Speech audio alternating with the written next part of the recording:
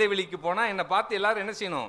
வர்றாரு, கொஞ்சம் ஓரமாக ஒதுங்கி நில்லுங்க, பெரிய ஒரு பரிசுத்தவான், பெரிய ஒரு மத தலைவர் வர்றாரு அப்படின்னு சொல்லணும் அப்படின்னு விரும்புகிறாங்க. இவர்களெல்லாம் யாரு? மத தலைவர்கள். கிறிஸ்துவின் ஸ்தானாபதிகள் அப்படின்னு சொல்லி சொன்னால் அவர்கள் எப்படிப்பட்டவர்களாக இருக்க வேண்டும்? கிறிஸ்துவை போல இருக்கணும், கிறிஸ்துவை போல நடந்துக்கணும். நான் கிறிஸ்துவனுடைய தூதுவராக இருக்கிறேன், அந்த எண்ணம் எப்பொழுதுமே இருக்கணும். அப்போ நான் இருக்கக்கூடிய இந்த இடத்துல ஆண்டவர் இருந்தால் என்ன ஒரு ஃபங்க்ஷன் செஞ்சிருப்பார், என்ன ஒரு செயல் செஞ்சிருப்பாரு, இதை எப்படி அதை ஹேண்டில் பண்ணியிருப்பாரு அப்படின்னு சொல்லி நீங்கள் யோசித்து அவரை போலவே நீங்க என்ன செய்யணும்? செயல்படணும். உங்களுடைய சிந்தனைகள் அவரை போல இருக்கணும், உங்களுடைய செயல்பாடுகள் அவரை போல இருக்கணும், கிறிஸ்துவை போல மாறிக்கொண்டிருக்க வேண்டும். இது உடனே ஒரே நாளில் நடந்துருமா அப்படின்னா இல்லை. ஊழியம் செய்கிறோம், கடவுளுக்கு பயப்படுறோம், ஊழியம் செய்கிறோம், தேவனுக்கு முன்பாக என்னுடைய மனசாட்சி சுத்தமாக இருக்குது அப்படிங்கிறத கூட நம்ம என்ன செய்யலாம், சொல்லலாம்.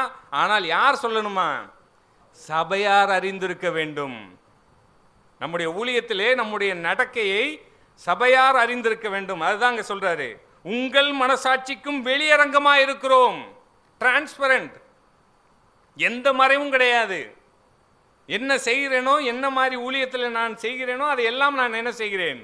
இந்த சபைக்கு தெரியப்படுத்துகிறேன். சிந்திச்சு பாருங்க, அப்போஸ்தலனாகிய பவுல் அங்க சொல்றாரு, அவர் பிரதான பாவி நான், அவருடைய அந்த இரக்கம் எனக்கு என்ன செஞ்சு கிடைச்சிச்சு அப்படின்னு சொல்லி தொடர்ச்சியா சொல்றாரு. தீமோத்தேயு ஒரு வாலிபன், அந்த வாலிபனிடம் தன்னுடைய பாவத்தை, நான் ஒரு பாவி என்பதை அங்கே சொல்லுகிறார். இன்னைக்கு சிந்திச்சு பாருங்க, உங்கள் சபையிலே இருக்கக்கூடிய வாலிப பிள்ளைகளுக்கு நீங்கள் எதை காட்ட விரும்புகிறீர்கள்?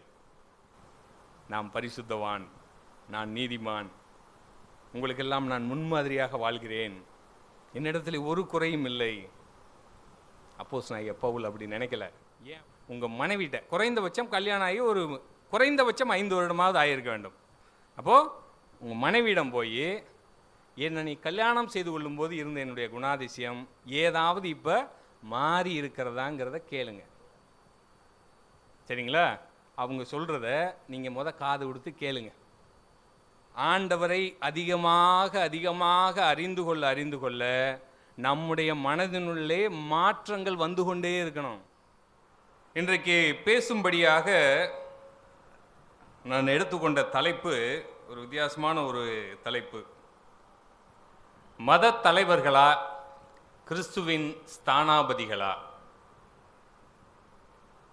மத தலைவர்களாக நாம் இருக்கிறோமா, அல்லது கிறிஸ்துவின் ஸ்தானாபதிகளாக நாம் இருக்கிறோமா என்பதுதான் இன்றைய செய்தியினுடைய தலைப்பு. மத தலைவர்கள் என்று சொல்லும் பொழுது, நீங்கள் இந்த உலகத்திலே நீங்கள் அநேக மதங்களை பார்க்க முடியும். அத்தகைய மத தலைவர்கள் என்ன செய்வார்கள் என்றால், தங்களை பின்பற்றுபவர்களுக்கு அவர்கள் ஆன்மீக வழிகாட்டுதலை தருவார்கள். எப்படியாக ஒரு ஆன்மீகத்தினுடைய காரியத்தை குறித்து அவர்கள் விளக்குவார்கள். அதை விளக்கி அவர்களுக்கு முன்மாதிரியாக சில சடங்குகளை, சில சம்பிரதாயங்களை அவர்கள் சொல்லித் தருவார்கள். அவர்களுக்கு ஒரு வேத விளக்கம் போன்ற ஒரு காரியத்தை அவர்களுக்கு சொல்லுவார்கள். இந்த தத்துவ ரீதியான காரியங்களை அவர்களுக்கு, அவர்களுடைய சிந்தனைக்கு அவர்கள் கொண்டு வருவார்கள். அந்த ஆன்மீக ஒழுக்கத்தினுடைய ஒரு முன்மாதிரியாக அவர்களுக்கு இருந்து கொண்டு தங்களுடைய பின்பற்றுபவர்களை அவர்கள் வழி நடத்துபவர்களாக இருப்பார்கள். சரிங்களா? இதுதான் மத தலைவர்கள் செய்யக்கூடிய ஒரு காரியம். 2 வேத பகுதிகளை நாம் சிந்திக்க போகிறோம். ஒன்று, இந்த மத தலைவர்களை குறித்து ஆண்டவராகிய இயேசு கிறிஸ்து சொன்ன மத்தேயு 23வது அதிகாரம், அந்த காரியத்திலே மத தலைவர்கள் எப்படிப்பட்டவர்களாக இருக்கிறார்கள் என்பதை குறித்து ஆண்டவர் சொன்ன காரியத்தை நாம் சிந்திக்க இருக்கிறோம். கிறிஸ்துவின் ஸ்தானாதிபதிகள் என்று சொல்லும் பொழுது 2 கொரிந்தியருடைய 5வது அதிகாரத்தில் உள்ள காரியத்தை நாம் சிந்திக்க போகிறோம். இந்த 2 பகுதிகள் தான் நாம் இன்று சிந்திக்க போகிற ஒரு காரியம். இதிலே மத தலைவர்களை குறித்து ஆண்டவராகிய இயேசு கிறிஸ்து அந்த காரியத்தை இப்படியாக ஆரம்பிக்கிறார். எப்படி ஆரம்பிக்கிறார்? 23வது அதிகாரம் 1வது வசனம் வாசிக்கிறேன். பின்பு இயேசு ஜனங்களையும் தம்முடைய சீஷர்களையும் நோக்கி, அப்போ இந்த ஒரு பக்கத்தில் யார் இருக்கிறார்கள்? ஜனங்கள் இருக்கிறார்கள், குறிப்பாக அவருடைய சீஷர்கள் எல்லாம் இருக்கிறார்கள். அப்போ இவர்களை தவிர்த்து மத தலைவர்களை குறித்து அவர் பேசுகிறார். என்ன பேசுகிறார்?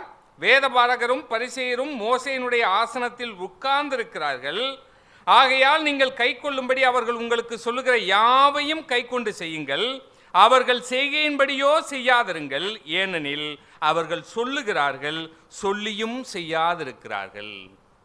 பாவோ, ஆண்டவராக இயேசு கிறிஸ்து வாழ்ந்த காலத்திலே மத தலைவர்களாக இருந்தவர்கள் இந்த வேதபாரகர்கள் பரிசேயர்கள் இவர்கள் எல்லாம் அங்கே மத தலைவர்களாக இருக்கிறார்கள். அவர்கள் என்ன செய்கிறார்கள்?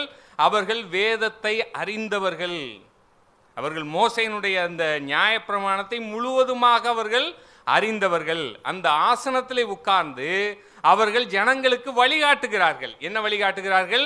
நீங்கள் என்ன செய்ய வேண்டும், என்ன செய்யக்கூடாது, இப்படி ஒரு பிரச்சனை வந்தால் அதை எப்படி கையாள வேண்டும் என்ற ஆலோசனைகளை, வழிகாட்டுதல்களை எல்லாம் அவர்கள் என்ன செய்கிறார்கள்?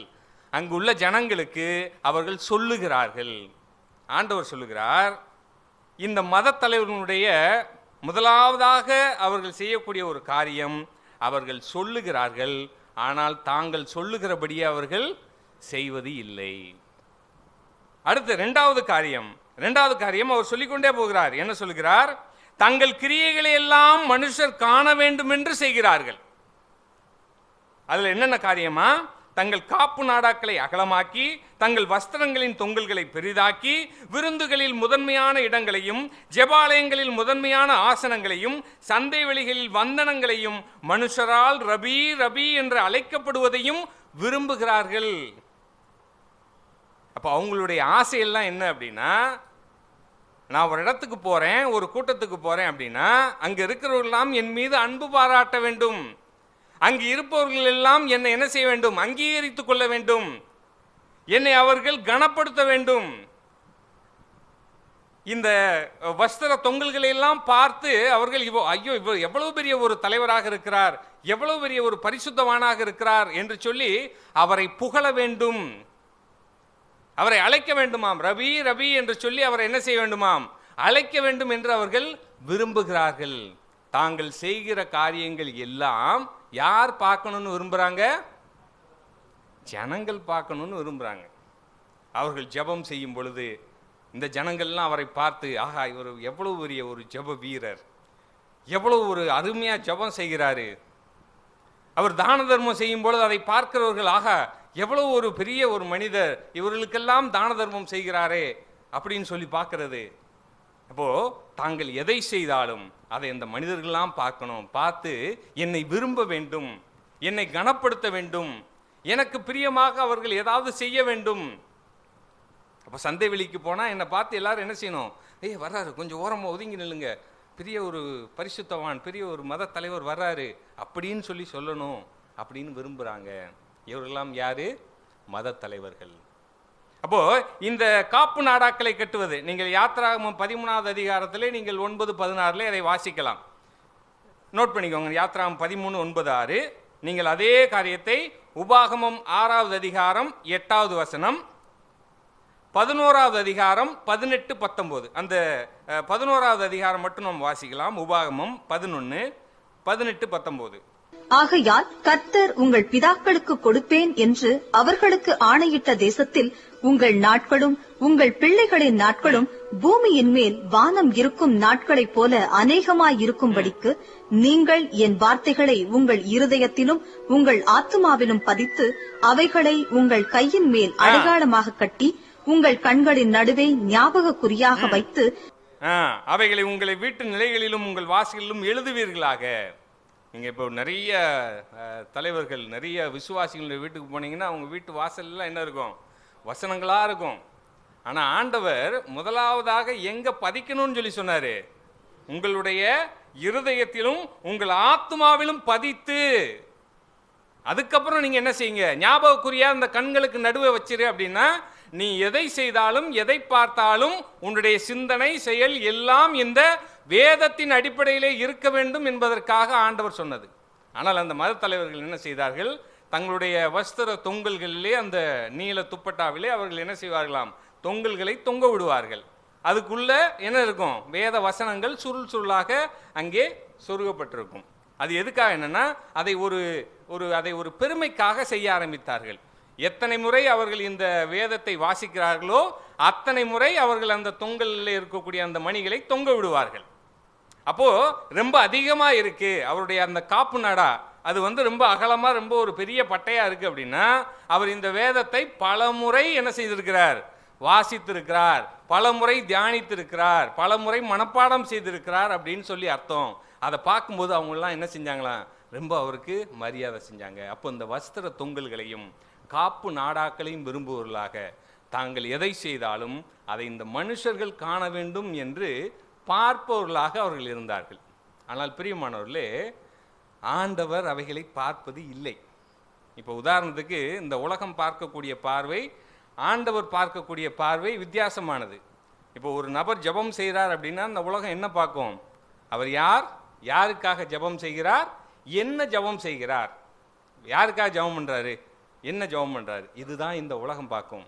ஆனால் ஆண்டவர் பார்க்குறாரு, ஜெபம் பண்ணும்போது நீ எதுக்காக பண்ணுற, உன்னுடைய மனதில் இருக்கக்கூடிய காரியம் என்ன அப்படிங்கிறத ஆண்டவர் பார்க்கிறார். தான தர்மம் செய்யும்போது இந்த உலகம் எப்படி பார்க்கும், ஐயோ இல்லாத ஒரு மனுஷனுக்கு இவர் என்ன செய்கிறாரு, உதவி செய்கிறாரு, ரொம்ப நல்லவர், எவ்வளவு கொடுக்குறாரு, அப்போ எவ்வளவு கொடுக்குறாரு, யாருக்கு கொடுக்குறாரு, எதுக்காக கொடுக்குறாரு அப்படின்னு சொல்லி இந்த உலகம் வெளியரங்கமாக பார்த்து கொண்டிருக்கும். ஆனால் ஆண்டவர் சொல்றாரு, இந்த உலகம் எதெல்லாம் பார்க்கலையோ அதை தான் நான் பார்க்குறேன், நீ எதுக்காக என்ன செய்கிற, அந்த தான தர்மம் செய்கிற. அப்போ எல்லாமே இன்வேர்டு. ஆண்டவர் முதலாவதாக பார்ப்பது நம்முடைய இருதயத்தை பார்க்கிறார். நீங்கள் எவ்வளவு கொடுக்குறீங்க, யாருக்கு கொடுக்குறீங்கிறத அவர் என்ன செய்யலை, பார்க்கறது இல்லை. ஆனால் இங்கே இருக்கிற அந்த மத தலைவர்கள் அதை தான் செய்கிறார்கள். இந்த மனுஷங்கள்லாம் என்னை பார்த்து என்ன செய்யணும், ரொம்ப ஒரு என்ன கனப்படுத்தணும், ஆஹா எவ்வளோ ஒரு அருமையான ஒரு தலைவராக இருக்கிறாரு, இப்படி இல்லாதவங்களுக்கெல்லாம் உதவி செய்கிறாரே அப்படின்னு சொல்லி அவர்கள் அவரை அதிகமாக விரும்ப வேண்டும் என்று சொல்லி அநேக காரியங்களை அவர்கள் செய்வதாக அங்கே சொல்லப்பட்டிருக்கிறது. 12வது வசனம், தன்னை உயர்த்துகிறவன் தாழ்த்தப்படுவான், தன்னை தாழ்த்துகிறவன் உயர்த்தப்படுவான். ஆனால் இவர்கள் தங்களை தாங்களே மெச்சிக்கொள்கிறார்கள். இவர்கள் மத தலைவர்கள். அன்பு வேண்டும், மரியாதை வேண்டும், பட்டம் வேண்டும், மனுஷர்களின் அங்கீகாரம் வேண்டும், இவைகளை அதிகமாக விரும்பி மனுஷர் காணும்படியாக செய்கைகளை செய்கிறவர்கள் இந்த மத தலைவர்கள். குறிப்பாக ஒரு ரொம்ப சுருக்கமாக சொல்லணும் அப்படின்னா, தன்னை மையமாக வைத்துக்கொண்டு அவர்கள் ஆன்மீக வாழ்க்கை வாழுகிறவர்கள்னு அர்த்தம். அங்கே தேவன் என்று அவர்கள் வார்த்தைக்கு வார்த்தை சொல்லலாம், ஆனால் அது அவர்கள் இருதயத்தில் இருக்கக்கூடிய வார்த்தை அல்ல. தான் என்ற ஒரு காரியத்தை மையமாக வைத்து ஒரு ஆன்மீக காரியங்களை செய்பவர்கள் இந்த மத தலைவர்கள். சரிங்களா? அதனால தான் ஆண்டவர் சொன்னார் அவர்களை பார்த்து, வெள்ளை அடிக்கப்பட்ட கல்லறை. அது என்னங்க கல்லறைக்கு வெள்ளை அடிக்கிறது, எதுக்கு அடிக்கணும், அது கல்லறை அப்படிங்கிறது தெரியணும். வெள்ளையா இருந்தா இருட்டில் கூட போய் பார்த்தா என்ன செய்யும், அது கல்லறைங்கிறது தெரியணும். ஏன் தெரியணும், எதுக்கு வெள்ளை அடிச்சாங்க, எதுக்கு அதை அலங்காரம் செஞ்சாங்க, எதுக்காக இதெல்லாம் செஞ்சாங்க அப்படின்னா, அதாவது வெளியரங்கமாக தங்களை அதிக பரிசுத்தமான்களாக காட்டிக்கொள்வதற்கு அந்த காரியத்தை செய்தார்கள். இப்போ பிணத்தை தொடுவது தீட்டா இல்லையா, தீட்டு. பிணத்தை என்ன செய்யக்கூடாது, தொடக்கூடாது. இறந்து போன சவத்தையோ அல்லது அந்த சவத்தினுடைய காரியமோ எலும்போ ஏதோ அதை தொட்டால் அவர்கள் என்னது, தீட்டு. அப்போ அங்கே பிணம் பிதைக்கப்பட்டிருக்கு, அந்த கல்லறை இருக்கு, அந்த கல்லறையில் வெள்ளை அடிச்சு வச்சிருக்காங்க. எதுக்காகனா அதை தொற்றக்கூடாது, பரிசுத்தமா இருக்கணும். அதை தொட்டா என்ன ஆயிரும், தீட்டாயிரும். அது ஒரு எச்சரிக்கை. அந்த வழியா போகாதீங்க, அங்க என்ன இருக்கு, கல்லறை இருக்கு. அதுக்காக அதுக்கு என்ன செஞ்சிருக்காங்க, வெள்ளை அடித்து வைத்திருக்கிறார்கள். அவர்கள் நியாய பிரமாணத்தை ரொம்ப ஸ்ரத்தையா செய்கிறோம் அப்படின்னு சொல்லிட்டு அந்த கல்லறை கூட நம்ம என்ன செய்யக்கூடாது, தொடக்கூடாது, தொட்டால் தீட்டு என்று அவர்கள் அந்த காரியத்தெல்லாம் செஞ்சாங்க. அதுக்கு தான் வெள்ளை அடிச்சு வச்சாங்க. ஆனால் அதுக்குள்ள இருக்கிறதெல்லாம் என்னது, பிணம், எலும்பு, அசுத்தம். அதனால தான் ஆண்டவர் அவர்களை பார்த்து சொன்னார், நீங்கள் வெள்ளை அடிக்கப்பட்ட கல்லறை. வெளியே பார்க்கறதுக்கு எப்படி இருக்கு, நல்ல நீட்டாக அலங்காரமாக இருக்கு. ஆனால் உங்களுடைய இருதயத்தில் உள்ள நினைவுகள்லாம் எப்படி இருக்கு, அலங்கோலமாக இருக்கு. இதுதான் மத தலைவர்களுடைய அடையாளம். 2 கொரிந்தியர் 5வது அதிகாரம் 20வது வசனம். ஆனபடியினாலே தேவனானவர் எங்களைக் கொண்டு புத்தி சொல்லுகிறது போல நாங்கள் கிறிஸ்துவுக்காக ஸ்தானாபதிகளாயிருந்து தேவனோடே ஒப்புரவாகுங்கள் என்று கிறிஸ்துவி நிமித்தம் உங்களை வேண்டிக் கொள்ளுகிறோம். இங்கே சொல்லப்பட்டிருக்கிறது கிறிஸ்துவின் ஸ்தானாதிபதிகளாக நாங்கள் இருக்கிறோம். சரி, ஸ்தானாதிபதிகள்னா என்ன? Very good. ஆங்கிலத்தில் அருமையான வார்த்தை அது, அம்பாசிடர். அம்பாசிடர்னா தமிழில் என்ன வரும்? அம்பாசிடர் அப்படின்னா தூதுவர். அதாவது அமெரிக்க நாட்டை சேர்ந்த ஒருவர் இந்தியாவில் இருந்து அமெரிக்க நாட்டுக்கான பிரதிநிதியாக, தூதுவராக இங்கே அமெரிக்க தூதரகத்தில் அமர்ந்திருந்தார் என்றால் அவர் யாரு? அம்பாசிடர். அம்பாசிடர்னா நமக்கு என்ன ஞாபகம் வரும்? கார் ஞாபகம் வரும். Very good. அது எந்த கம்பெனியோடது? ஹிந்துஸ்தான். ஹிந்துஸ்தானுடைய ஒரு ரொம்ப ஒரு பாப்புலரான ஒரு மாடல் அம்பாசிடர் காரு. அதுக்கு ஏன் அம்பாசிடர்னு பேர் வச்சாங்க? அம்பாசிடர் ஆக்சுவலாக என்ன அப்படின்னா, இந்த காரினுடைய ஆர்ஜின், இதனுடைய ஒரிஜினல் எங்கே அப்படின்னா பிரிட்டிஷ், பிரிட்டனில் இருக்கக்கூடிய மோரிஸ் ஆக்ஸ்ஃபோர்ட் அப்படிங்கிற ஒரு மாடல். அந்த மாடலினுடைய காப்பி தான் என்னது? இந்த அம்பாசிடர் கார். அதிலிருந்து இது காப்பி அடித்ததுனால அதுக்கு என்ன செஞ்சாங்க? அம்பாசிடர், அதாவது அதனுடைய தூதுவர். அதே மாடல், எந்த மாற்றமும் கிடையாது. அதே என்ஜின் டைப்பு, அதே அந்த 4 டோரு, பின்னாடி டிக்கி, முன்னாடி பேனட், எல்லாமே அதே மாடல். பிரிட்டிஷோட மோரிஸ் ஆக்ஸ்ஃபோர்ட் அப்படிங்கிற ஒரு மாடல். அந்த மாடல் பிரிட்டிஷ்லேருந்து இங்கே வந்ததுனால அதுக்கு என்ன வச்சாங்க பேர் அப்படின்னா அம்பாசிடர். இந்த அம்பாசிடர் கலர் வேறு மாதிரி இருக்கலாம், வெள்ளையாக இருக்கலாம், கருப்பாக இருக்கலாம், இல்லை இந்த டாக்ஸியில் இருக்கிற மாதிரி கருப்பு மஞ்சள் பூசின வண்ணமாக இருக்கலாம். கலர் வேறு இருக்கலாம், ஆனால் அதனுடைய ஃபங்க்ஷனாலிட்டி என்னது? ஒன்று தான். அதே மாடல் என்ஜின், அதே மாடல் சீட்டு, எல்லாம் அதே மாதிரி தான். அப்போது கிறிஸ்துவின் ஸ்தானாபதிகள் அப்படின்னு சொல்லி சொன்னால் அவர்கள் எப்படிப்பட்டவர்களாக இருக்க வேண்டும்? கிறிஸ்துவை போல இருக்கணும், கிறிஸ்துவை போல நடந்துக்கணும். நான் கிறிஸ்துவனுடைய தூதுவராக இருக்கிறேன், அந்த எண்ணம் எப்பொழுதுமே இருக்கணும். அப்போ நான் இருக்கக்கூடிய இந்த இடத்துல ஆண்டவர் இருந்தால் என்ன ஒரு ஃபங்க்ஷன் செஞ்சிருப்பார், என்ன ஒரு செயல் செஞ்சிருப்பாரு, இதை எப்படி அதை ஹேண்டில் பண்ணியிருப்பாரு அப்படின்னு சொல்லி நீங்கள் யோசித்து அவரை போலவே நீங்கள் என்ன செய்யணும்? செயல்படணும். உங்களுடைய சிந்தனைகள் அவரை போல இருக்கணும், உங்களுடைய செயல்பாடுகள் அவரை போல இருக்கணும், கிறிஸ்துவை போல மாறிக்கொண்டிருக்க வேண்டும். இது உடனே ஒரே நாளில் நடந்துருமா அப்படின்னா இல்லை. நீங்கள் அந்த அதிலே சொல்லப்பட்டிருக்கிறது, பழையவைகள் எல்லாம் ஒளிந்து போயின, எல்லாம் என்ன செஞ்சிருச்சு? புதிதாயின, ஒரு புதிய மனிதனாக மாற்றப்பட்டிருக்கிறோம். அப்படிங்கிறது நம்முடைய தகுநிலையின் அடிப்படையிலே நாம் எப்பொழுது ரட்சிக்கப்பட்டோமோ அப்பொழுதே பழையவைகள் எல்லாம் என்ன செஞ்சிருச்சு? ஒளிந்து போயிட்டது. நாம் புதிய சிருஷ்டியாக மாற்றப்பட்டிருக்கிறோம். ஆவியானவருக்குள்ளாக நாம் என்ன செய்திருக்கிறோம்? புதிய சிருஷ்டி ஆக்கப்பட்டிருக்கிறோம் தகுநிலையிலே.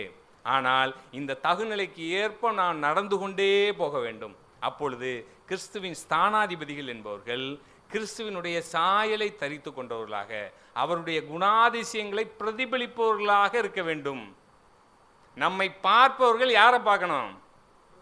இந்த மாடல் அந்த மாடல் மாதிரியே இருக்கே அப்படின்னு சொல்லி கிறிஸ்துவை பார்க்க வேண்டும். அதனால தான் அந்த அந்திரேயா பட்டணத்தில் என்ன செஞ்சாங்க? அவங்களுக்கு கிறிஸ்தவர்கள்னு பேர் வச்சாங்க. அவருடைய நடவடிக்கை, அவருடைய பேச்செல்லாம் எப்படி இருந்துச்சு? கிறிஸ்துவை போல இருந்துச்சு.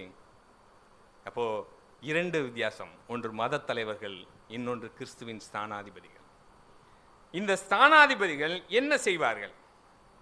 சரிங்களா? இவங்களுக்கு 2 பொறுப்புகள் இருக்கு. ஒன்று 2 கொரிந்தியர் 5வது அதிகாரம் 11வது வசனம், நானே வாசிக்கிறேன்.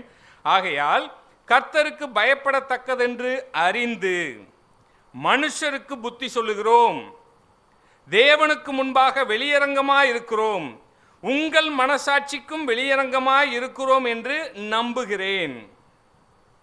என்னங்க? கர்த்தருக்கு பயப்படத்தக்கது என்று அறிந்து. அப்போ அவர்களுடைய முதலாவதாக அவர்கள் தெரிந்திருக்க வேண்டிய ஒரு காரியம் கர்த்தருக்கு பயப்படக்கூடிய பயம். அப்போ கிறிஸ்துவின் ஸ்தானாதிபதிகளுடைய ஒரு முக்கியமான ஒரு பொறுப்பு, அவர்கள் கர்த்தருக்கு பயந்திருக்கிற பயத்தோடு இருக்க வேண்டும். அடுத்ததாக சொல்லப்பட்டிருக்கிறது, தேவனுக்கு முன்பாக வெளியரங்கமாக இருக்கிறோம், உங்கள் மனசாட்சிக்கும் வெளியரங்கமாக இருக்கிறோம் அப்படின்னு சொல்லி அவர் சொல்றார். நல்ல ஞாபகத்தில் வச்சுக்கோங்க. இந்த கர்த்தர் மீது கொண்டிருக்கிற இந்த ஒரு பயபக்தி நிமித்தம் ஊழியம் செய்வதற்கு நமக்கு ஒரு பெரிய ஒரு நாட்டம் வருகிறது. அதனால தான் மனுஷருக்கு நம்ம என்ன செய்கிறோம்? புத்தி சொல்கிறோம். என்ன சொல்கிறோம்? சுவிசேஷத்தை அறிவிக்கிறோம். இதுதான் சத்தியங்கிறது அவங்களுக்கு என்ன செய்கிறோம்? சொல்கிறோம். அப்போ இதுதான் அவர்களுடைய பிரதானமான ஒரு பொறுப்பு. கர்த்தருக்கு பயப்படக்கூடிய பயத்தோடு இந்த ஊழியம் செய்வதிலே ஒரு மிகுந்த நாட்டமுடையவர்களாக இருக்க வேண்டும். அந்த நாட்டம், அந்த ஊழியம் எப்படிப்பட்டதாக இருக்க வேண்டும் என்றால், நான் இந்த ஊழியத்தை உண்மையோடும் நேர்மையோடும் செய்கிறேன் என்பதை சபையார் அறிந்திருக்க வேண்டும். இதுதான் ஒரு பொறுப்பு. ஊழியம் செய்கிறோம், கடவுளுக்கு பயப்படுறோம், ஊழியம் செய்கிறோம், தேவனுக்கு முன்பாக என்னுடைய மனசாட்சி சுத்தமாக இருக்கு அப்படிங்கிறத கூட நம்ம என்ன செய்யலாம்? சொல்லலாம். ஆனால் யார் சொல்லணுமா? சபையார் அறிந்திருக்க வேண்டும். நம்முடைய ஊழியத்திலே நம்முடைய நடக்கையை சபையார் அறிந்திருக்க வேண்டும். அதுதான் இங்க சொல்றாரு. உங்கள் மனசாட்சிக்கும் வெளியரங்கமா இருக்கிறோம். டிரான்ஸ்பரண்ட், எந்த மறைவும் கிடையாது. என்ன செய்கிறேனோ, என்ன மாதிரி ஊழியத்தில் நான் செய்கிறேனோ அதையெல்லாம் நான் என்ன செய்கிறேன்? இந்த சபைக்கு தெரியப்படுத்துகிறேன். அதை அவர்கள் அறிந்து கொண்டார்கள். அவர்கள் எங்கேயாவது சொல்லும் பொழுது இந்த ஊழியர் இந்த காரியம் இப்படியாக நேர்மையோடும் உண்மையோடும் செய்தார்னு சொல்லி அவங்க என்ன செய்யணுமா? சொல்லணும். அதை தான் அங்கே அப்போஸ்தலனாகிய பவுல் விரும்புகிறார். இதுதான் முதலாவதாக இருக்கக்கூடிய பொறுப்பு. ரெண்டாவதாக ஒரு காரியம் 18வது வசனம் 19வது வசனம் என்ன அப்படின்னா, இவையெல்லாம் தேவனாலே உண்டாயிருக்கிறது. அவர் இயேசு கிறிஸ்துவை கொண்டு நம்மை தம்மோடே ஒப்புரவாக்கி ஒப்புரவாக்குதலின் ஊழியத்தை எங்களுக்கு ஒப்பு கொடுத்தார். அது என்னவெனில், தேவன் உலகத்தாருடைய பாவங்களை எண்ணாமல் கிறிஸ்துவுக்குள் அவர்களை தமக்கு ஒப்புரவாக்கி ஒப்புரவாக்குதலின் உபதேசத்தை எங்களிடம் ஒப்படைத்தார். அப்ப என்னென்ன ஒப்படைத்திருக்காரா? ஒப்புரவாக்குதலின் உபதேசத்தை நமக்கு கொடுத்திருக்கிறார். ஒப்புரவாக்குதலின் ஊழியத்தை நமக்கு கொடுத்திருக்கிறார். இதுதான் பொறுப்பு. உபதேசம், ஊழியம். இந்த உபதேசம் என்பது ஆண்டவர் நமக்கு வெளிப்படுத்தி காட்டியிருக்கிற இந்த நற்செய்தி, காஸ்பல். இவர்தான் தேவன் என்பதை அறிவிக்கும்படியாக இவர் எல்லா காரியத்தையும் சிலுவையிலே செய்து முடித்து விட்டார். நீங்கள் இவரை விசுவாசிக்கும் பொழுது நீங்கள் தேவனோடு ஒப்புரவாவீர்கள் என்பதை, இந்த ஒப்புரவாகுதலின் இந்த உபதேசத்தை ஜனங்களுக்கு சொல்றோம் இல்லையா? அதுதான் ஊழியம். அப்ப இந்த ஒப்புரவாக்குதலின் ஊழியத்தை எங்களுக்கு தந்திருக்கிறார். தேவன் திறந்த மனதுடையவராக இருக்கிறார். மனிதர்கள் தான் அவரிடம் செல்ல என்ன செய்கிறார்கள்? தயங்குகிறார்கள். தேவனுக்கு எந்த ஒரு நிபந்தனையும் கிடையாது. எல்லா விதமான காரியத்தையும் இந்த உலகத்தில் உள்ள எல்லாருக்காகவும் கிறிஸ்து என்ன செய்துட்டார்? மரித்தார். எல்லாருக்காகவும் மரித்தார். எல்லாரையும் பாவத்திலிருந்து, அந்த பாவத்தின் தண்டனையிலிருந்து அவர் என்ன செய்தார்? அந்த விடுதலை கிரயத்தை செலுத்தி முடித்து விட்டார். அவரை யாரெல்லாம் விசுவாசிக்கிறார்களோ அவர்கள் என்ன செய்கிறார்கள்? அவரோடு நித்திய ஜீவனை சுதந்தரித்துக் கொள்கிறார்கள். அப்ப தேவனிடத்திலே எந்த ஒரு நிபந்தனையும் இல்லை. அவர் நம்மை பார்க்கும் பொழுது எப்படி பார்க்கிறாராம்? கிறிஸ்துவுக்குள் பார்க்கிறார். கிறிஸ்துவுக்குள் நம்மை பரிசுத்தவான்களாக, நீதிமானாக அவர் பார்க்கிறார். அவரிடத்திலே எந்த ஒரு சஞ்சலமும் இல்லை. இதை மனிதர்களுக்கு சொல்ல வேண்டும். இதை மனிதர்களுக்காக சொல்லி அவர்களை ஆண்டவரிடத்திலே திருப்ப வேண்டும். இதுதான் உபதேசம். இந்த உபதேசத்தை அவர்களுக்கு சொல்வது ஊழியம். கொலோசியர்ல ரொம்ப தெளிவா இருக்கும். கொலோசியர் 1வது அதிகாரம் 23, 26 எடுத்தவங்க வாசிங்க. கொலோசியர் 1, 23, 26. அந்த சுவிசேஷம் வானத்தின் கீழ் இருக்கிற சகல சிருஷ்டிகளுக்கும் பிரசங்கிக்கப்பட்டு வருகிறது. அதற்கென்றே பவுலாகிய நான் ஊழியக்காரனானேன். அதற்கென்றே பவுலாகிய நான் ஊழியக்காரனானேன். எதுக்காக? இந்த சுவிசேஷத்தை அறிவிப்பதற்காக. அடுத்து 26வது வசனம், உங்கள் பொருட்டு தேவனால் எனக்கு அளிக்கப்பட்ட உத்தியோகத்தின்படியே நான் அந்த சபைக்கு ஊழியக்காரனானேன். அந்த சபைக்கு ஊழியக்காரனானேன். அதுல என்னங்க அர்த்தம் இருக்கு? சுவிசேஷம் சொல்ற ஊழியக்காரர் அப்படிங்கிறது சரி. சபைக்கு ஊழியக்காரர்னா இந்த பாயை எடுத்து போடுவது, சேர் எடுத்து வைப்பது, இதுவா?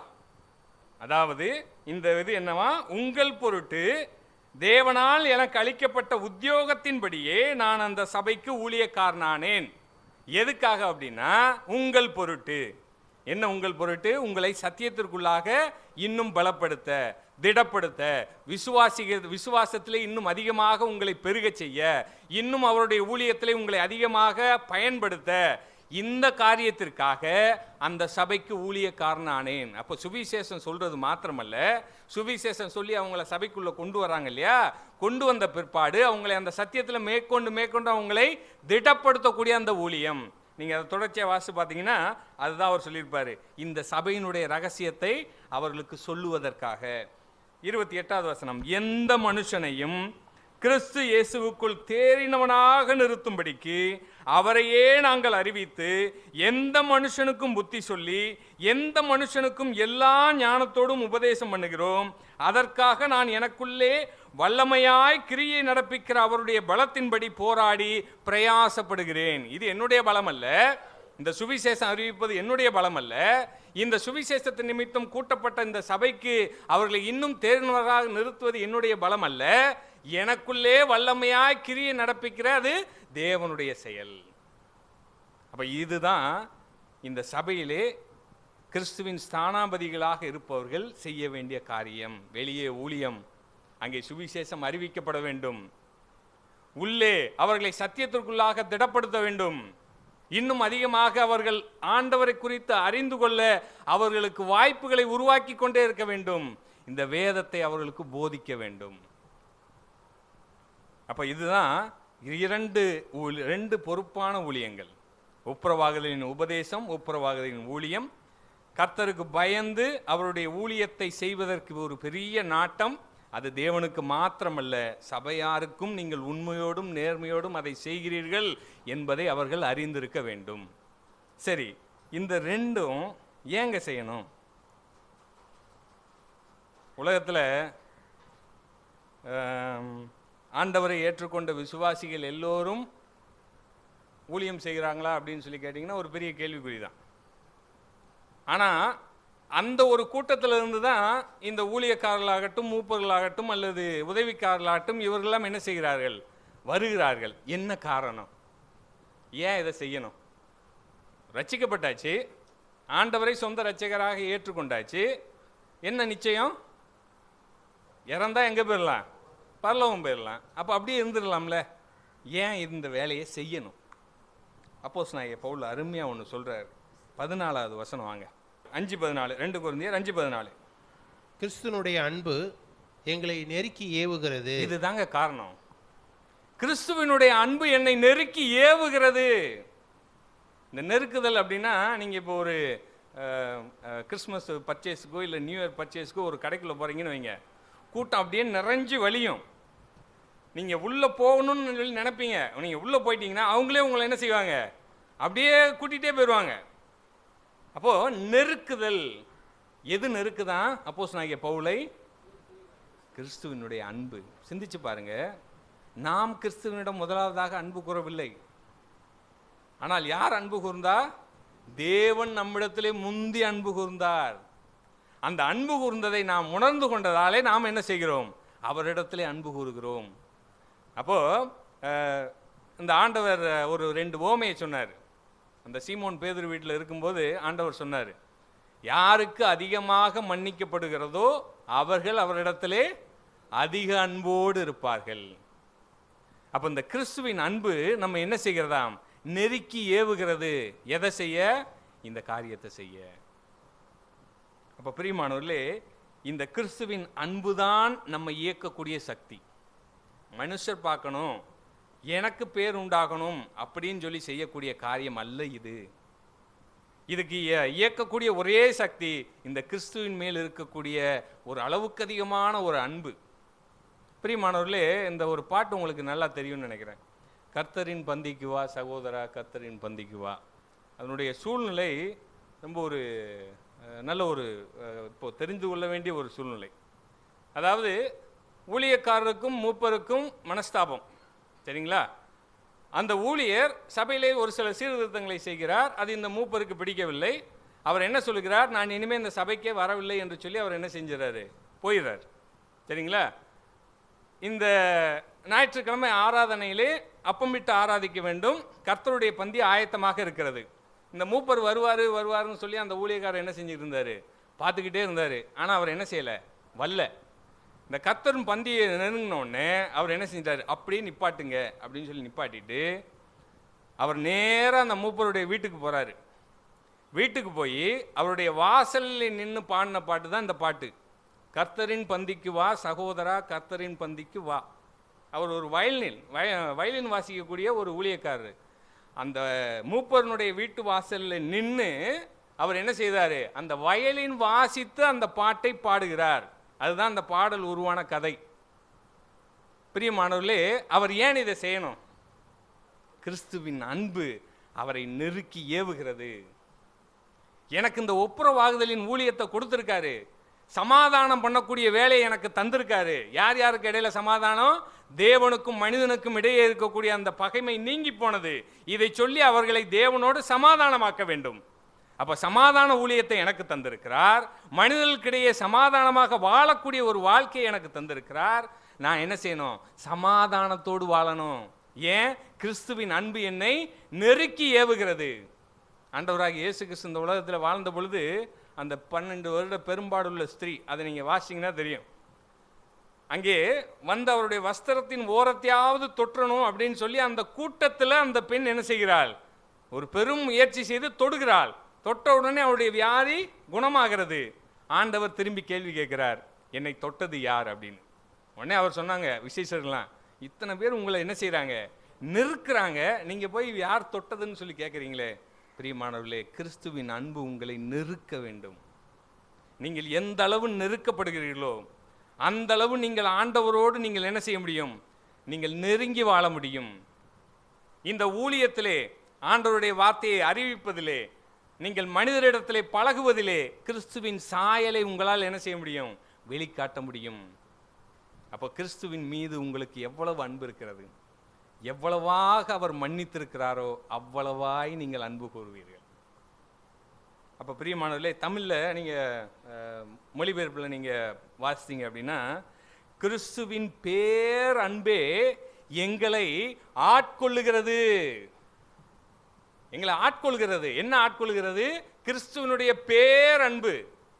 அந்த அன்போடு ஒப்பிட்டு பார்க்கும் பொழுது இவைகள்லாம் எனக்கு என்ன இல்லை, ஒன்றுமே இல்லை, இதில் நான் ஒன்றுமே இல்லை.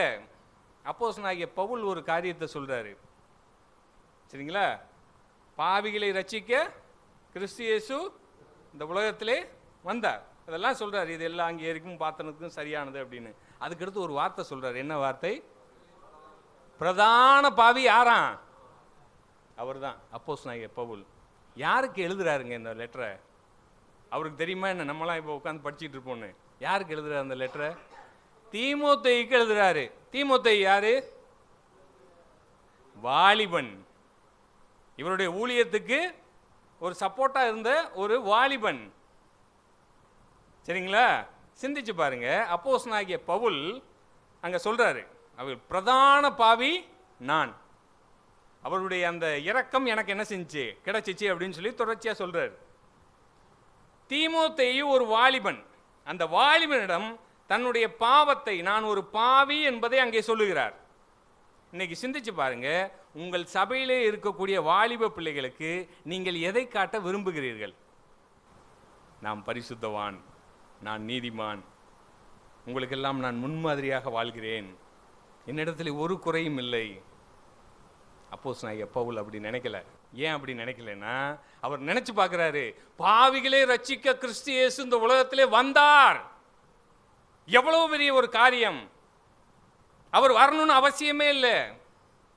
ஆனா என்னிடத்திலே அன்பு கூர்ந்து எனக்காக அவர் அந்த சிலுவை மரணத்தை சகித்தார். இதை நினைச்சு பார்த்த அவருக்கு, அப்படிப்பட்ட அன்பை பெற்றுக்கொள்வதற்கு நான் எந்த அளவுமே பாத்திரன் இல்லை. யாரோடும் அவரை ஒப்பிட்டு பார்க்கவில்லை. தன்னையும் தேவனையும் ஒப்பிட்டு பார்க்கிறார், தன்னையும் கிறிஸ்துவின் அன்பையும் ஒப்பிட்டு பார்க்கிறார். அந்த அன்பிற்கு நேராக நான் பார்க்கும் பொழுது நான் ஒரு பிரயோஜனம் இல்லாத ஒரு ஆள், நான் ஒரு பாவிகளிலே பிரதானமான பாவி அப்படின்னு சொல்றாரு. இது ஒரு பக்கம். இதை தீமோத்தேயு வாசிக்கும் பொழுது என்ன நினைச்சிருப்பாருன்னு நினைக்கிறீங்க? தீமோத்தேயு அவரோட ஊழியத்திலே தொடர்ச்சியா இருக்கிறார்.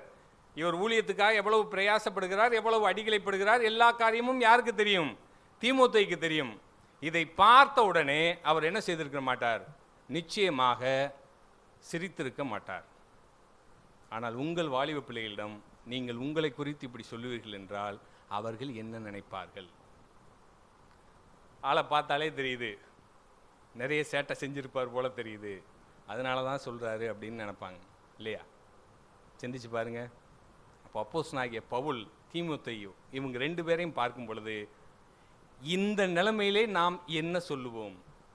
நம்முடைய சபையில் இருக்கக்கூடிய வாலிப பிள்ளைகள், சபையில் இருக்கிற வாலிப பிள்ளைகள் விடுங்க, உங்களுடைய சொந்த பிள்ளைகளிடம் நீங்கள் என்ன சொல்லுவீர்கள்? பாவிகளிலே பிரதான பாவி நான். பிரியமானவர்களே, இதுதான் கிறிஸ்துவின் ஸ்தானாதிபதிக்கு இருக்கக்கூடியது. இது அதிகாரம் அல்ல, இது ஒரு பதவி அல்ல, இது ஒரு பட்டம் அல்ல. நாம் கிறிஸ்துவினுடைய அன்பினாலே நெருக்கி ஏவப்படுகிறோம். நம்ம நெருக்கப்படுகிறோம், தூண்டப்படுகிறோம். அதெல்லாம் செய்யணும், ஆண்டவருக்காக இவ்வளவு செய்யணும். இதுக்கு எனக்கு ஏதாவது பலன் இருக்கா? ஒன்றும் தேவையில்லை. ஏன்? அவர் என்னிடத்தில் என்ன செய்திருக்கிறார்? அன்பு கூர்ந்திருக்கிறார். நான் பாவிகளிலே பிரதானமான பாவி. இந்த மனநிலை இருக்கணும். இதுதான் கிறிஸ்துவின் ஸ்தானாதிபதிக்குரிய காரியம். அப்போஸ்தலனாகிய பவுல் எந்த இடத்திற்கு சென்றாலும் அவர் அப்படித்தான் தன்னை நினைத்து கொண்டார், அப்படித்தான் செயல்பட்டார். கிறிஸ்துவினுடைய தூதுவனாக அவர் அந்த இடத்துல இருந்தார். அப்போ பிரியமானவர்களே, நாம் கிறிஸ்துவின் ஸ்தானாபதிகளாக இருக்கிறோமா அல்லது மத தலைவர்களாக இருக்கிறோமா? இதை சோதிச்சு பார்க்கறதுக்கு ஒரு 3 காரியம், அதை மட்டும் சொல்லி நான் முடிச்சிடறேன். ஆல்ரெடி 5 நிமிஷம் லேட் ஆயிடுச்சு. இருந்தாலும் இதை சோதித்து பார்ப்பதற்கு நம்முடைய மனநிலை எப்படியாக இருக்கிறது? தற்பரிசோதனை தான். இதை நீங்கள் மற்றவர்களோடு என்ன செய்யக்கூடாது? ஒப்பிட்டு பார்க்கக்கூடாது. முதலாவது காரியம், லூக்கா 15வது அதிகாரம் 18, 19, 20. லூக்கா 15வது அதிகாரம். இது எல்லாருக்கும் தெரிந்த ஒரு காரியம். என்ன அங்கே சொல்லப்பட்ட ஒரு காரியம்? நான் எழுந்து என் தகப்பனிடத்திற்கு போய், தகப்பனே, பரத்துக்கு விரோதமாகவும் உமக்கு விரோதமாகவும் பாவம் செய்தேன். இனிமேல் உம்முடைய குமாரன் என்று சொல்லப்படுவதற்கு நான் பாத்திரன் அல்ல. உம்முடைய கூலிக்காரர்களில் ஒருவனாக என்னை வைத்துக் கொள்ளும் என்றேன். பிரியமானவர்களே, இது அந்த இளைய குமாரனுடைய கதை. நமக்கு எல்லாருக்கும் நன்றாக தெரிந்த ஒரு காரியம். சரிங்களா? இப்போ இந்த இளைய குமாரன் வீட்டுக்குள்ளாக வந்து விட்டான். சரிங்களா? வீட்டுக்குள்ள வந்த பிற்பாடு அந்த தகப்பனை பார்க்கும் பொழுது அவருக்கு எப்படிப்பட்ட ஒரு நன்றி உணர்ச்சி இருக்கும்? பன்றியினுடைய அந்த தவிட்டை சாப்பிட ஆசையா இருந்தவன் அதை கொடுப்பதற்கு ஒருவரும் அங்கே தயாராக இல்லை. அப்படிப்பட்ட நிலைமையிலே மனம் திரும்பி, நான் என்னுடைய பிதாவினுடைய வீட்டிலே வேலைக்காரனாகவாவது இருந்து கொள்வேன் என்று சொல்லி வந்தவனை அந்த பிதாவானவர், அந்த தகப்பனானவர் பாசத்தோடு அணைத்து அவனை சுத்திகரித்து அவனுக்கு விலையுயர்ந்த வஸ்திரங்களையும் மோதிரங்களையும் உடுத்தி அவனை வீட்டுக்குள்ளாக சேர்த்து அவனுக்காக ஒரு பெரிய விருந்தை ஆயத்தம் செய்து அவனை எல்லா காரியமும் செஞ்சு முடிக்கிறார். அதன் பிற்பாடு அடுத்த நாள் அந்த தகப்பனை அந்த மகன் பார்க்கும் பொழுது எப்படி பார்ப்பாருன்னு நினைக்கிறீங்க? ஒரு பெரிய ஒரு நன்றி உணர்ச்சியோடு பார்ப்பாருங்க. அப்போ ஆண்டவருடைய சமூகத்துக்கு நாம் செல்லும் பொழுது, ஆண்டவருடைய வேதத்தை வாசிக்கும் பொழுதோ அல்லது ஆண்டவருடைய ஜெபத்திற்கு நாம் ஆண்டவருடைய ஜெபத்துக்காக நேரத்தை செலவிடும் பொழுதோ நம்மிடத்திலே எத்தகைய மனப்பான்மை இருக்கிறது? அந்த இளையகுமாரன் தன்னுடைய பிதாவை பார்த்த அந்த மனநிலைமை இருக்கிறதா இல்லையா? இது ஒன்று. ரெண்டாவது, லூக்கா 19வது அதிகாரம் 5, 6, 7. இந்த காரியம் நன்றாக தெரிந்த ஒரு காரியம். லூக்கா 19, 5, 6, 7. இயேசு அந்த இடத்தில் வந்தபோது அண்ணாந்து பார்த்து அவனை கண்டு, சகையுவே, நீ சீக்கிரமாய் இறங்கி வா. சகையுவே, நீ சீக்கிரமாய் இறங்கி வா. இன்றைக்கு நான் உன் வீட்டிலே தங்க வேண்டும். இன்று நான் உன் வீட்டிலே தங்க போகிறேன். அவன் சீக்கிரமாய் இறங்கி சந்தோஷத்தோடே அவரை அழைத்து கொண்டு போனான். இங்க பாக்குறோம், இந்த போற வழியில ஒரு சம்பவம் நடக்குது. ஆண்டவர் அவனிடம் ஏதாவது பேசினாரா? நீ ஏன்பா இவ்வளவு அநியாயமா நீ வரி வசூல் செய்கிற? ஆயக்காரன் வரி வசூல் செய்யக்கூடியவன். நீ ஏன் இந்த வேலை செய்கிற? இவ்வளவு காசு நீ வாங்கலாமா? இது சரியா அப்படின்னு சொல்லி ஆண்டவர் ஏதாவது ஒரு வார்த்தை சொன்னாரா? சொல்லலை. ஆனால் சகைவுக்கா தோணுது, நம்ம ஆண்டவரை கூப்பிட்டு போகிறோம், நம்ம இடத்துல இவ்வளவு பிரச்சனை இருக்கே, அதெல்லாம் நம்ம என்ன செஞ்சிடலாம்? ஆண்டவர்கிட்ட அறிக்கைட்டு நம்ம ஒரு சமாதானம் ஆகிக்கலாம். இப்போது அவனே தான் சொல்கிறான். என்ன சொல்கிறான்? யார் இடத்துலையாவது நான் வாங்கியிருந்தேன்னா நாளைத்தனையாக நான் என்ன செஞ்சிடறேன்? திருப்பி கொடுத்துட்றேன் ஆண்டவரே. அப்போ பிரியமானவர்களே, நம்முடைய வாழ்க்கையிலே நாம் ஆண்டவரோடு நடக்கக்கூடிய அனுபவம் வேணும். அந்த நடக்கக்கூடிய அனுபவம் எப்படி இருக்கணும் அப்படின்னா, ஆண்டவர் எனக்கு ஏதாவது சொல்லுவார் அப்போ நான் கேட்டுக்கிறேன் அப்படிங்கிறது அல்ல. ஆண்டவர் என் கூட நடக்கிறாரு, நான் என்னென்னலாம் திருத்திக்கணும்னு சொல்லி நினைக்கிற அந்த மனப்பக்குவம். பிரியமானவர்களே, இன்றைக்கும் நீங்கள் கோபத்தோடு நீங்கள் இருக்கிறீங்க அப்படின்னா நீங்கள் இன்னும் ஆண்டவரை முழுசாக புரிஞ்சிக்கலன்னு அர்த்தம். இந்த ஊழியத்தில் இருக்கிறதுக்கு தேவையில்லாத ஒரு குணம் அப்படின்னா அது என்னது? கோபப்படுறது, எரிச்சல் ஆகிறது. எதுக்காக எரிச்சல் ஆகலாம் அப்படின்னு வேதம் நமக்கு ஒரு அனுமதி கொடுத்துருக்கு. எதுக்காக? கள்ள உபதேசத்துக்கு நம்ம என்ன செய்யணும்? எதிர்த்து நிற்கணும். கள்ள உபதேசம் சொல்லும்போது நம்ம என்ன செய்யணும்? கோபப்படணும். மீதி எந்த ஒரு இடத்திலும் நாம் கோபத்தை காட்டுவதற்கு வேதம் நம்ம என்ன செய்யலை? அனுமதிக்கலை. நீங்கள் உங்கள் வீட்டில் போய், இங்கே எல்லாருக்கும் கல்யாணம் ஆயிடுச்சுன்னு நினைக்கிறேன், கல்யாணம் ஆகாத யாராக இருக்கீங்களா? உங்கள் மனைவிட்ட குறைந்தபட்சம் கல்யாணம் ஆகி ஒரு குறைந்தபட்சம் 5 வருடமாவது ஆகியிருக்க வேண்டும். அப்போது உங்கள் மனைவியிடம் போய், என்னை நீ கல்யாணம் செய்து கொள்ளும்போது இருந்த என்னுடைய குணாதிசயம் ஏதாவது இப்போ மாறி இருக்கிறதாங்கிறத கேளுங்க. சரிங்களா? அவங்க சொல்கிறத நீங்கள் காது கொடுத்து கேளுங்க. ஆண்டவரை அதிகமாக அதிகமாக அறிந்து கொள்ள நம்முடைய மனதினுள்ளே மாற்றங்கள் வந்து கொண்டே இருக்கணும். இன்னும் தாழ்மையாக போய்கிட்டே இருக்கணும். இன்னும் நாம் ஆண்டவருடைய அன்பை அதிகமாக ருசி பார்ப்பவர்களாக இருக்க வேண்டும். அந்த ஆண்டவருடைய சாயலை நம்முடைய வாழ்க்கையிலே பிரதிபலிப்பவர்களாக மாறிக்கொண்டே இருக்க வேண்டும். அப்போ பிரியமானவர்களே, இந்த கிறிஸ்துவின் அன்பு நெருக்கி ஏவுகிறது. அந்த சகேயு அவர் என்னோடு கூட வருகிறார் அப்படின்னு சொல்லி நினைக்கும் பொழுதே அவன் தன்னுடைய தவறுகளை எல்லாம் திருத்தி கொள்கிறான். அப்போ நம்முடைய வாழ்க்கையிலே இந்த அனுபவம் இருக்கிறதா? மூன்றாவதாக கடைசி ஒரு காரியம், லூக்கா 18வது அதிகாரம் 13வது வசனம். லூக்கா 18:13. இங்க 2 பேர் என்ன செய்யறாங்க? ஜெபம் செய்வதற்கு போகிறார்கள். யார் அவர்கள்?